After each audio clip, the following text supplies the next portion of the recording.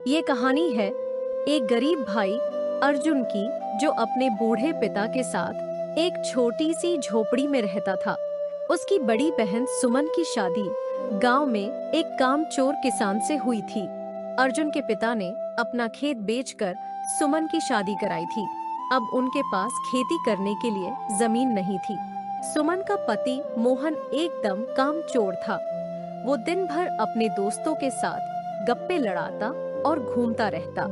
दोनों परिवार आर्थिक तंगी से जूझ रहे थे और रक्षा बंधन पास आ रहा था। अर्जुन के पास अपनी बहन को उपहार देने के लिए भी पैसे नहीं थे। बेटा अर्जुन, रक्षाबंधन पास आ रहा है। अपनी बहन सुमन के लिए साड़ी और उपहार खरीद ले। पिताजी, खेती की जमीन बिक जाने के बाद हमारे पास कोई काम नहीं है। पैसे कहाँ से आएंगे? कहाँ से उपहार खरीदूं? सुमन का कामचोर पति हमेशा हमारा मजाक उड़ाता है। अगर इस बार भी हमने सुमन के लिए कोई उपहार नहीं लिया तो वो सुमन की ओर बेइज्जती करेगा। अपने बहन की बेइज्जती की बात सुनकर अर्जुन उदास हो जाता है। मैं कोई भी काम करूंगा, किसी के यहाँ मजदूरी ही कर लूंगा, लेकिन इस बार अपनी बहन के यहाँ राखी बंधवाने खाली हाथ नहीं जाऊंगा। इधर सुमन का पति मोहन दिन भर गांव में घूमने के बाद शाम को अपने घर आता है। सुनिए जी, रक्षाबंधन पास आ रहा है। मुझे अपने भाई के लिए राखी और मिठाई खरीदनी है। कुछ पैसे दे दीजिए।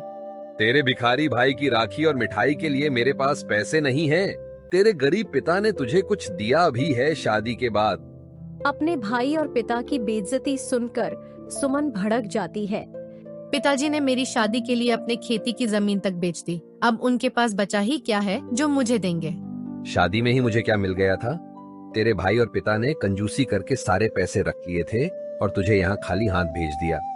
तो यहाँ तुम्हारे पास कौन सा खजाना छुपा है? दिन भर निकम्मों की तरह घूमते रहते हो। मुझे रोटी खिलाने तक के पैसे नहीं है तुम्हारे पास। अगर मेरे बाप ने तुम्हें शादी में रुपए ना दिए होते तो अभी तक तुम भूखे मर जाते। अपनी बेइज्जती मोहन से बर्दाश्त न हुई, उसने जाकर सुमन को एक थप्पड़ मार दिया। सुमन रोने लगी। इधर अर्जुन काम की तलाश में घर से निकल पड़ता है। कुछ दूर चलने के बाद उसे एक लकड़हारा मिलता है जो लकड़ी काट रहा था। अर्जुन लकड़हारे से पूछता है, मुझे यहाँ कुछ काम मिल सकता है क्या? मुझे पैसों की बहुत जरूरत है। अरे भाई, यहाँ क्या काम करोगे? दिन भर मजदूरी करने पर भी खाने के पैसे नहीं मिल पाएंगे। मैं मजदूरी ही कर लूंगा, बस कुछ दिनों के लिए मुझे कोई काम दे दो। तुम पढ़े लिखे लगते हो, मजदूरी नहीं कर पाओगे। तुम कहीं और जाकर काम की तलाश करो। लकड़हारे के पास काम न मिलने के कारण अर्जुन उदास हो जाता है। वो काम की तलाश करने बाजार की तरफ बढ़ जाता है। इधर सुमन उदास बैठी थी। उसे अपने भाई के लिए राखी और मिठाई खरीदनी थी। मुझे खुद ही कुछ काम करके पैसे जोड़ने पड़ेंगे। मेरा निकम्मा पति ना ही कहीं काम कर सकता है और ना ही पैसे कमा सकता है। सुमन भी काम की तलाश में निकल जाती है। वो ज्यादा पढ़ी लिखी भी नहीं थी। उसे कोई छोटा मोटा काम ही मिल सकता था। उसे एक घर में बर्तन मांजने और पोछा लगाने का काम मिल जाता है।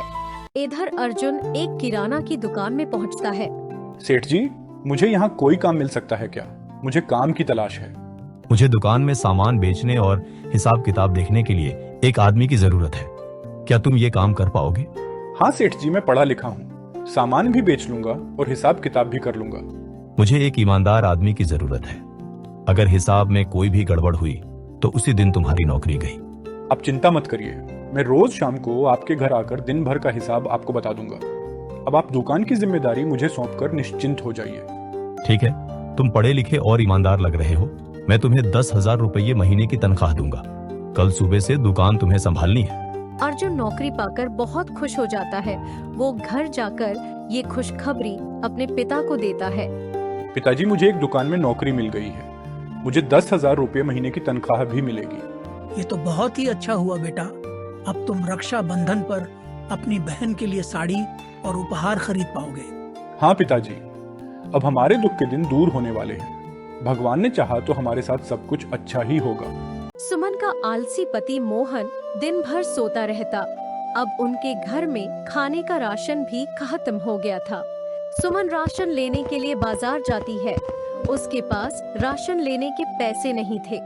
अपने भाई को किराने की दुकान पर देखकर सुमन चौंक जाती है। अरे अर्जुन, तुम इस दुकान में क्या कर रहे हो और इस दुकान का सेठ कहाँ है? नमस्ते दीदी, मैं इस दुकान में नौकरी करता हूँ। यहाँ के सेठ ने मुझे सामान बेचने और हिसाब किताब देखने का काम दिया है। अपने भाई की नौकरी की बात सुनकर सुमन खुश हो जाती है। अरे वाह अर्जुन, तुमने तो मुझे खुश कर दिया। मुझे तुम्हारी और पिताजी की चिंता लगी रहती थी। तुम यहाँ पर राशन खरीदने आई हो दीदी, बताओ तुम्हें क्या चाहिए? सुमन थोड़ा उदास हो जाती है। अपने ही भाई से वो राशन उधार लेने की बात कैसे कहे। अपनी बहन को उदास देखकर अर्जुन उससे कहता है, दीदी तुम पैसे की चिंता ना करो, राशन ले जाओ, मैं इसके पैसे अपनी तनख्वाह में से दे दूंगा। नहीं अर्जुन, मैं राशन के पैसे कुछ दिनों के बाद तुम्हें दे दूंगी। मैं कुछ नहीं सुनना चाहता दीदी, बस तुम राशन ले जाओ और पैसे की बात ना करो। आगे से मैं महीने का राशन तुम्हारे घर भिजवा दूंगा और उसके पैसे अपनी तनख्वाह में से कटवा लूंगा। सुमन राशन लेकर घर लौट आती है। अपने भाई का प्यार देखकर वो बहुत खुश थी। मोहन गांव में घूम रहा था, तभी एक कार ने आकर उसे टक्कर मार दी। मोहन को जल्दी से गांव के अस्पताल में ले जाकर भर्ती कराया गया। ये खबर सुनते ही सुमन अस्पताल की तरफ भागी। मोहन बिस्तर पर लेटा हुआ था। डॉक्टर ने सुमन को देखकर बोला, इनके सर पर चोट लग गई है, इलाज के लिए पहले पैसे जमा करने पड़ेंगे। लेकिन मेरे पास तो अब भी पैसे नहीं हैं। आप इलाज शुरू करिए, मैं कहीं से पैसे का इंतजाम करती हूँ। इनके इलाज में 1 लाख रुपए लगेंगे। आप कल तक पैसे जमा करा दीजिए, नहीं तो हमें इलाज बंद करना पड़ेगा। सुमन पैसे मांगने अपने मालकिन के पास जाती है। मालकिन, मेरे पति का एक्सीडेंट हो गया है, मुझे 1 लाख रुपए की जरूरत है। यह सुनकर मालकिन भड़क जाती है। तुझे यहाँ काम करते हुए अभी 1 महीना भी नहीं हुआ है और तुझे पहले ही 1 लाख रुपए चाहिए। तुझे पैसे मांगते हुए शर्म नहीं आती? मालकिन, मैं आपसे भीख नहीं मांग रही हूँ, पैसे आप मेरी तनख्वाह में से काट लीजिएगा। मैं महीना पूरा होने से पहले तुझे 1 पैसा भी नहीं दूंगी। पहले पूरे महीने काम कर, फिर अपनी तनख्वाह लेने आना। सुमन उदास होकर मदद मांगने के लिए अपने पिता के घर जाती है। अपनी बेटी को उदास देखकर उसके पिता उससे पूछते हैं, क्या हुआ सुमन, तुम बहुत चिंतित दिखाई दे रही हो। पिताजी, मोहन का एक्सीडेंट हो गया है। इलाज के लिए डॉक्टर 1 लाख रुपए मांग रहा है। मेरे पास इतने पैसे नहीं हैं। इतना कहकर सुमन रोने लगती है। दीदी तुम चिंता मत करो, मैं कहीं से पैसों का इंतजाम करता हूँ। हम जीजा जी का इलाज जरूर करवाएंगे। इतना कहकर अर्जुन पैसे मांगने के लिए अपने सेठ जी के पास जाता है। आओ अर्जुन, मैं तुम्हारा ही इंतजार कर रहा था। तुमने बहुत ईमानदारी से दुकान का काम संभाला है, मैं तुमसे बहुत खुश हूँ। सेठ जी मैं इस समय बहुत मुसीबत में हूँ। मेरे जीजा जी का एक्सीडेंट हो गया है, मुझे 1 लाख रुपए की जरूरत है। जब से तुमने दुकान संभाली है, मेरे सामान की बिक्री बढ़ गई है और मेरा मुनाफा भी दोगुना हो गया है। मैं तुम्हें अभी 1 लाख रुपए दे देता हूँ। आपका बहुत धन्यवाद सेठ जी। ये पैसे हर महीने आप मेरी तनख्वाह में से काट लीजिएगा। उसकी कोई जरूरत नहीं है अर्जुन, तुमने मेरी दुकान का मुनाफा दोगुना कर दिया है। ये तुम्हारे ही मेहनत के पैसे हैं। अर्जुन पैसे लाकर अपनी बहन को दे देता है। सुमन पैसे देखकर खुश हो जाती है। सुमन पैसे लेकर हॉस्पिटल जाती है और पैसे जमा कर देती है। मोहन का इलाज हो जाता है। वो अब अपने ऊपर बहुत शर्मिंदा था। मुझे माफ कर दो सुमन, अगर तुमने मेरा इलाज नहीं कराया होता तो मैं मर गया होता। आपके इलाज के पैसे मैंने नहीं, अर्जुन ने दिए हैं। मुझे माफ कर दो अर्जुन, मैं हमेशा तुम्हारा अपमान करता रहा, लेकिन तुम हमेशा अपनी बहन के साथ खड़े रहे और सुख दुख में उसका साथ दिया। रक्षाबंधन का दिन आ जाता है। सुमन को उसकी पहली तनख्वाह मिल जाती है। वो बाजार से अपने भाई के लिए मिठाई और राखी खरीद लेती है। अर्जुन भी अपनी बहन के लिए साड़ी और उपहार ले आया। अर्जुन, मुझे तुम पर गर्व है। मैं भगवान से दुआ करूंगी कि मुझे हर जन्म में तुम्हारे जैसा भाई मिले। दोनों भाई बहन ने रक्षाबंधन मनाया।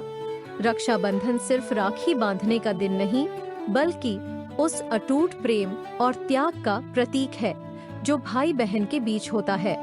ये वो डोर है जो बचपन की यादों से लेकर बुढ़ापे तक दिलों को जोड़े रखती है।